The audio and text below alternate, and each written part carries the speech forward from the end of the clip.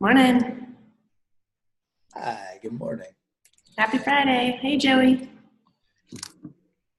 Joey. So I will resume the recording. So the purpose of today is to give you guys an idea of the Leaders Toolkit on Insider Edge, which is the membership site that you have just started to explore for yourselves. So we wanted to focus primarily on defensiveness at the moment because it's pretty core to everything that we do. And we just put out a new Leaders Toolkit on that. And so I'm going to share my screen and let you all follow along and ask questions so that you feel prepared to use this with your own teams. So the whole idea here is that when you have an enterprise membership to Insider Edge, this means that everybody in the organization can choose to be a part of the site. And when you have this membership as executives, you get access to this Leaders Toolkit. And the Leaders Toolkit has these documents, these guides, these step-by-step. Here's how you can take your team through the content on the site so that they can experience at least some version of the work that we do when we're there with you in person. So this is the homepage, this is the dashboard, this is where we update the site every week. So there's new content on here every Monday. And you can use the navigation on the sidebar to go to Leaders Toolkit, which I had pulled up here already. So you'll notice we have a few exercises in place, and I wanted to focus on this defensiveness one to begin with. So this one is signs of defensiveness as well as the collaboration contract. So when you download the team exercise guide, it's going to look something like this. So we always have a bit of context that just indicates why we think it's important to focus on defensiveness and people's ability to recover from defensiveness. We have indications about time requirement. So in this case, for pre-meeting, there's no pre-meeting work. Nobody has to watch anything beforehand. During the meeting, it's going to be 45 minutes plus an additional 5 minutes per person because there's a piece of this where everybody's sharing. You guys will probably remember. The main worksheet that's required is the Signs of Defensiveness, which will probably look really familiar to you if you don't already recognize it by name. And theoretically, some kind of way for everybody to watch a video together. And then there's an agenda. So I even include some verbatim comments that you could choose to make. Obviously, you can choose to make it your own, but just saying like, hey, we all get defensive. It happens to me too. It really gets in the way of our collaboration and productivity. So the more we can become more self-aware around defensiveness, the more we can work together. We can solve problems faster and we can just enjoy work more. And then it just continues step by step. So you can watch Defensiveness 1, which is Signs You're Defensive and Don't Know It. It's about 5.5 minutes, but one of my hacks for the site is watch everything at like 1.5 times speed. I tend to talk pretty slowly, I notice. So even if you watch me at 1.5 speed, I still sound fairly normal. You can understand me really well. And then the exercise is for people to fill out the Signs of Defensiveness survey. Do you guys remember this? Yes. Okay, awesome. And so everything that you need for each of these like guided activities is going to be right here in this box. And so theoretically everybody can access this. So this will remind them of some of the things that are really similar to what I've already indicated to them, and then they get to go through it and fill it out. And in this case, the directions are even on here. Check all the behaviors you find yourself using from time to time. When you're finished, circle the 3 that you use most often. So I have that here in the exercise, have them fill it out. And then there's the second video, which is Defensiveness 2, which is the recovery action plan. So again, it's about 5 minutes, or you can get through it even faster by watching it at 1.5 speed. And then give people like 3 minutes to come up with their own recovery action plan, which is just, what is the thing that they want to say and do inside their own head when they start to notice that they're getting defensive. So this is their I can rely on myself type of plan. And then the third thing is to watch the collaboration contract video. This one's a little bit longer just because I go over like a lot of examples of the collaboration contract and give a lot of tips on how you can use these. So you probably remember, and if you've watched the videos, like one of my earliest clients used caw as the collaboration contract. Like, hey, if you see me doing a sign of defensiveness, then just do this bird noise at me. It's probably gonna make me laugh. I'll notice my own state of mind, and then I'll make a shift so I can show up differently. But everybody gets to pick their own. So then I have the exercise of having each focal person go through these steps. So sharing their signs of defensiveness, getting feedback from everybody, the focal person responding to the feedback, keeping in mind the 1% rule. So if, let's say Joey's like, you know, Laura, I actually thought that you might say that denial was one of your top signs of defensiveness because I think that's something that I see you do. I get to take that in and notice. I could be defensive right back and be like, no, I don't think that's one of mine. And then realize like, oh wait, maybe I'm doing it in the moment. So I just do these bullet points step by step for how each person as the focal person can go through that process of sharing and getting feedback on their own signs of defensiveness. Then I get to choose my collaboration contract. You guys get to practice using it with me. And then we just have a quick like wrap up discussion. Like, is there any place that we want to post it? You know, do we want to use post-it notes on our monitors so that I remember what did Joey say his was? What did Adam say his was? You know, you guys are not in a shared building, so this one doesn't make sense for you. Maybe put it up on a wall in a conference room. Or you could program it into Slack. Right? Like, what is Brendan's collaboration contract?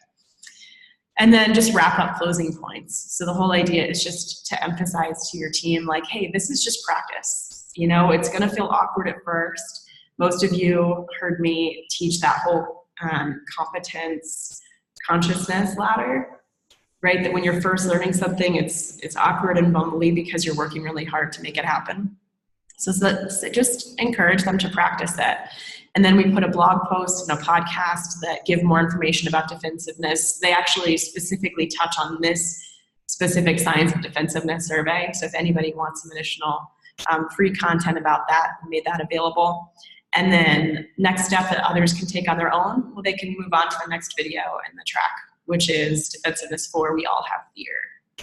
And there's an exercise related to that where they can do some reflection.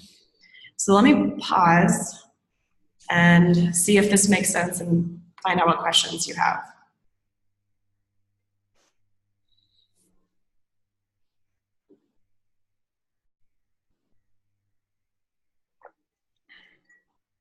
Pretty clear? Yeah, all good right now. Awesome.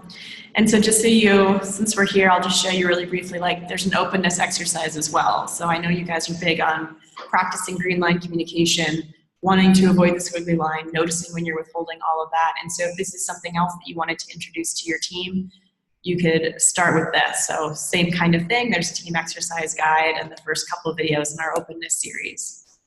So it's a chance for you to take some of the content that we have taught to you in person, and then you can bring us teaching it, you know, basically to the monitors of the people that you work with.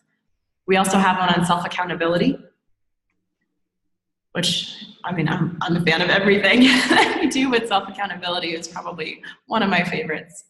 And then we have an exercise on self-acceptance. And we're just gonna keep putting stuff out here related to the Leaders Toolkit. And I actually have one more on defensiveness that's not posted here yet. But Clinton, out of curiosity, did you go through all 8 parts of the defensiveness track? I did at 1.5 speed, but it was, yeah. But yes, I did. It does. It's pretty good, right? I don't sound too much like a chipmunk. No, not at all, actually. And it's actually, I listen to a lot of podcasts at 1.5, so you just start to get used to that, and you kind of want it that way. So yeah, yes, but yes, short answer, yes. Okay, cool. And so if you want to go through all of it with your team, I have another one that's ready to go for the second part of defensiveness.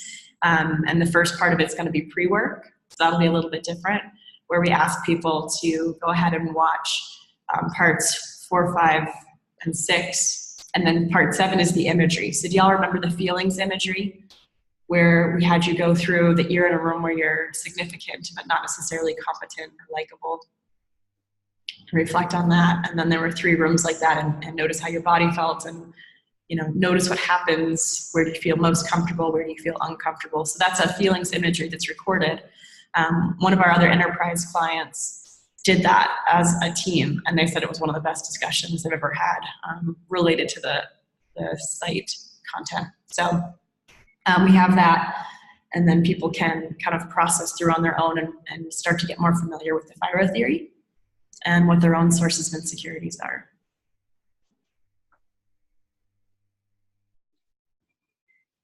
So Clinton, do you have an idea or plan for when you want to use this with your team? No, not yet. I just finished it this morning, so it'll be after.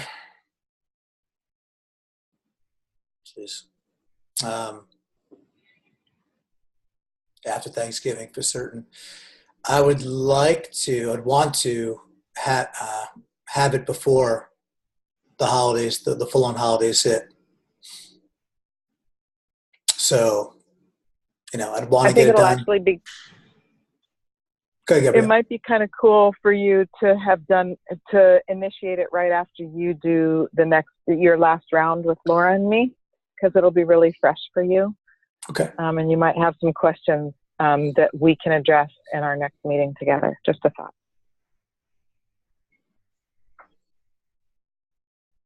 Okay. I'm just trying to balance everything else that I'm really trying to get done before Christmas and theoretically, and trying to not shoehorn this in so that it gets the right level of attention from me, to be honest. And if I don't have the right level of attention or passion into it, it's not going to be good for the team either. So I'm just weighing that. I'm weighing that in my brain. I think that's important. And I would also say don't let perfectionist tendencies stop you from getting started. Okay. So what about the rest of you? Joey, Adam, Mess. I know Brennan was on at one point. Sure, I'm not sure who else is on the phone. Do you have thoughts about what content you've learned from us that maybe you didn't see here, that you're thinking, wow, I wish we could show them this part, or take them through an exercise related to this?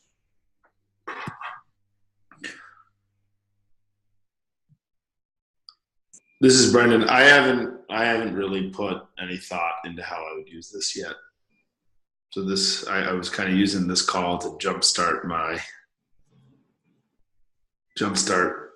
taking some of this stuff and starting to get it going with the team. I mean, would you recommend that this is is this a convenient or a good first one to start with? First place to start, defensiveness? I think so. I don't know if y'all remember, but this is where we started with you guys.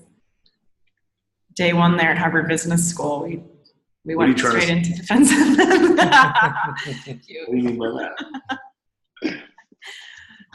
Yeah, I do think it's a pretty easy thing to. Yeah, it's a super easy thing to identify for people, and if you remember, it becomes a little bit comical. So it's kind of a light entry, even though it's a heavy topic. Yeah, it's a great way to laugh a little together. And now that I'm thinking about it, I kind of like the idea of starting with this, because I could see having the defensiveness language and going through that with the different sales teams. There's a lot of times where defensiveness I experience like hesitation in giving green line feedback because I'm feeling defensiveness from the people I'm working with. And so I think if we can work on this, and then like gives me a sort of a second channel of like, hey, defensive behavior here, we step out of that, and then we get back on green line on the core content. Yeah, definitely. Yeah. Natural succession. And do you think this is one where like we could do this virtually pretty well? Just on a Zoom here or on a Hangout, or do you feel like that I should try and get my team together to do it, or do it in smaller groups so that I could do it together, or what are you thinking? The one thing that I feel the least certain about is watching the video together. I'm not sure. I think that could work. Using a platform like this, you're like, I'm gonna go ahead and share my screen and play the video, but I have no experience actually doing that. Yeah. So that's the one question I have. Otherwise, I think it works. People could watch the video on their own, though, right? They could. Yeah, this first one, the way that I wrote it and designed it, it was like, do this, watch this first video, and then do this thing together, and now watch the second video and do this thing together. But yeah, they could absolutely watch it on their own. Or if you were on a call, you could even tell them to go watch it. Although they don't have membership yet. What is that? They don't have I was what? going to say, I think it's really, oh, sorry. They don't have memberships yet. Oh, yeah. Okay. Gabriella? I was going to say, I think it's really instrumental to watch it together. In another group I'm working with, watching a video, some people come without having watched it, and then there's a sense of trying to catch them up. And it instigates a lot of questions when people watch it together, which I think is a great way for the learning to happen. As soon as people are invested enough to ask questions, then you have the collaborative efforts you're looking for. Just Have you all done this before? Have you ever tried watching a video together? No. Like this? So if I play it like this, can you see it and hear it? A lot of times they're going to be a little choppier trying to play them live like this. Do you see I'll it? say I'm only calling neither. We can see it, can't hear it. Yeah. And so I'm on the phone and can't hear anything. Yeah, I think you would have to have like your. And the video is pretty choppy too, trying to do it over like a GoToMeeting or Zoom. Okay. I know nobody wants a new platform, but Blue Jeans is working pretty well. No idea what that is, but for right now, it's YouTube, and we're not taking massive precautions at the moment to protect the content. So you could literally even share the link to the YouTube video with people and be like, okay, this video's 5 minutes, everybody watch it, and then come back together in a virtual meeting like this. I do think that'd be better, like almost as like a pre-read or just a preview, because it'd be virtually hard to pull off effectively. How often do you all get together in person with your teams? Not enough.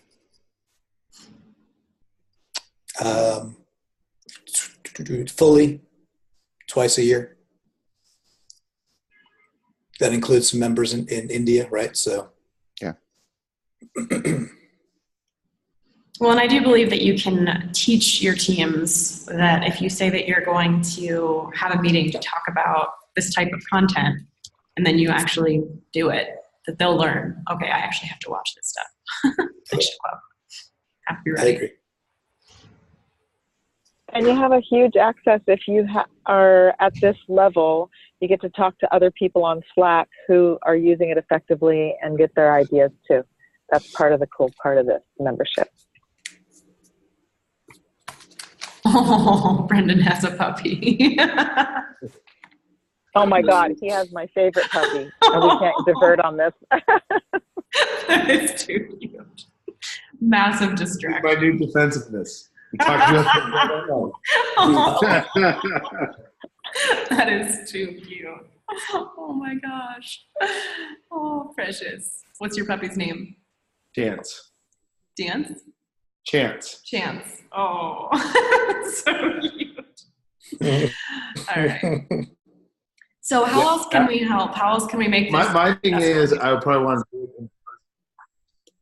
I think I would probably do it in person, but I could do it in like 3 or 4, like 3 different teams, because we're like the US team, Europe team, and everyone else team kind of thing. So we could we get done. What do you think? How long you said 45 minutes plus 5 minutes per person? Yeah. That's if you do it, 3 videos. Do it in groups of 5. You're talking about an hour. Longer than that.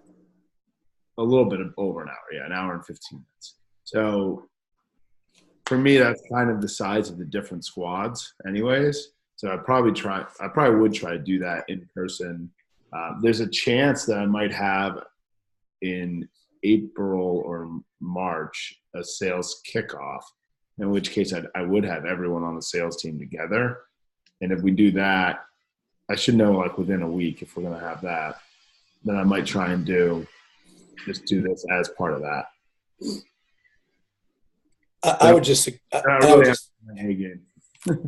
think it would take longer than an hour 15 just to be like going through it all. It's like the videos are what they are, even at 1.5. but the conversations are going to be, I don't know, I think you would need at least 2.5 hours, at least two, to work through it all properly. I think you would want at least 2 hours, is my guess, if not longer. Especially if you're in person. Yeah, I agree. I would plan for 3 hours, in my opinion. It's possible. I mean, I do signs of defensiveness with groups a lot. I don't know that it usually takes that long. Usually it's within an hour and a half, we've gotten through all of that. Now, I'm not usually watching videos. If I'm there, I just teach it. Right. But yeah, can you say more, Clinton, about what you think the discussion would be that would be taking so much more time? Well, for two things for Brendan, his team's pretty large. He's got a lot of people. And yeah, I think I don't know, I think it opens up in a good way, some cans of worms, if you will, but in good ways I think are worthy of exploring, especially if you're doing it for the first time with the team.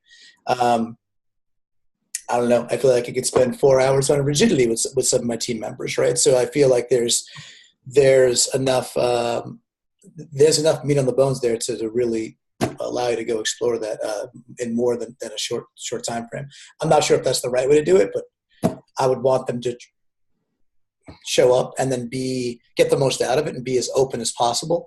And I think if we let folks, or they come to it that way, they're going to end up having a lot to say. Well, if it's a productive conversation, then that would be a good use of time.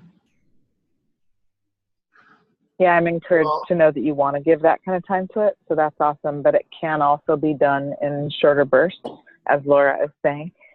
And it makes a big difference if it's live or not.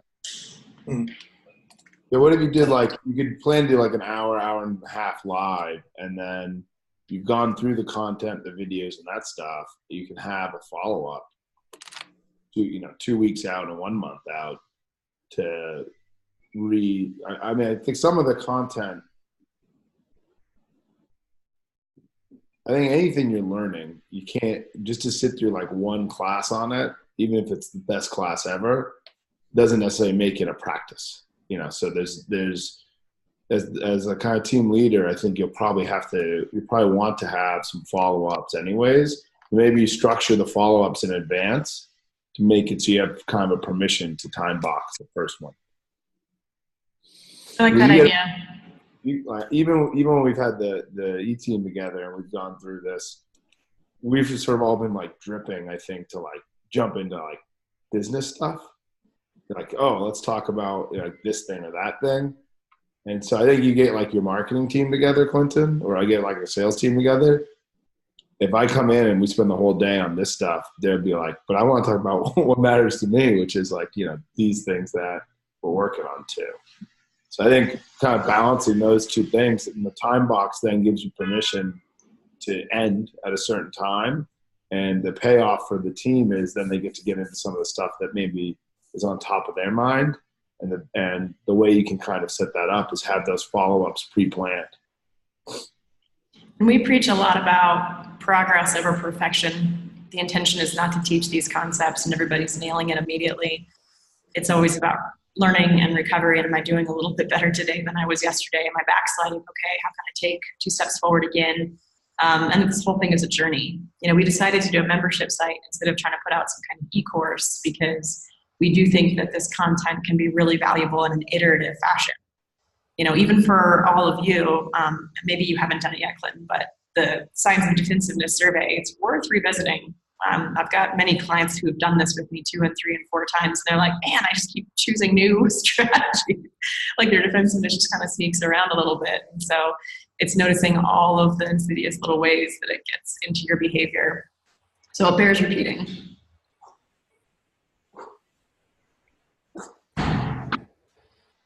Other questions, comments, feedback, ideas?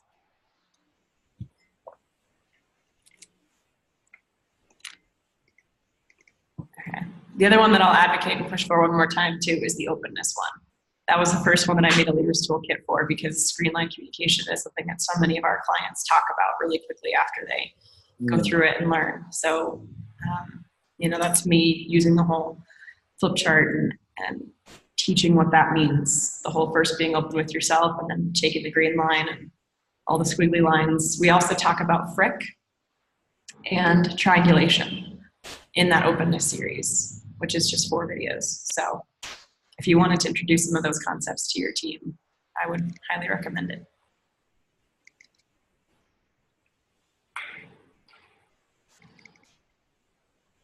Okay. And we are each always here to support you guys for anything that comes up along the way with questions or ideas of how to. Yep, definitely. All right. Any other final thoughts? All right, well, when you all choose to start doing this with your teams, let us know. Let us know how it goes. Cool. All right. See y'all later. Thank you very much. Have a great day, guys. Bye. Bye. Have a good weekend.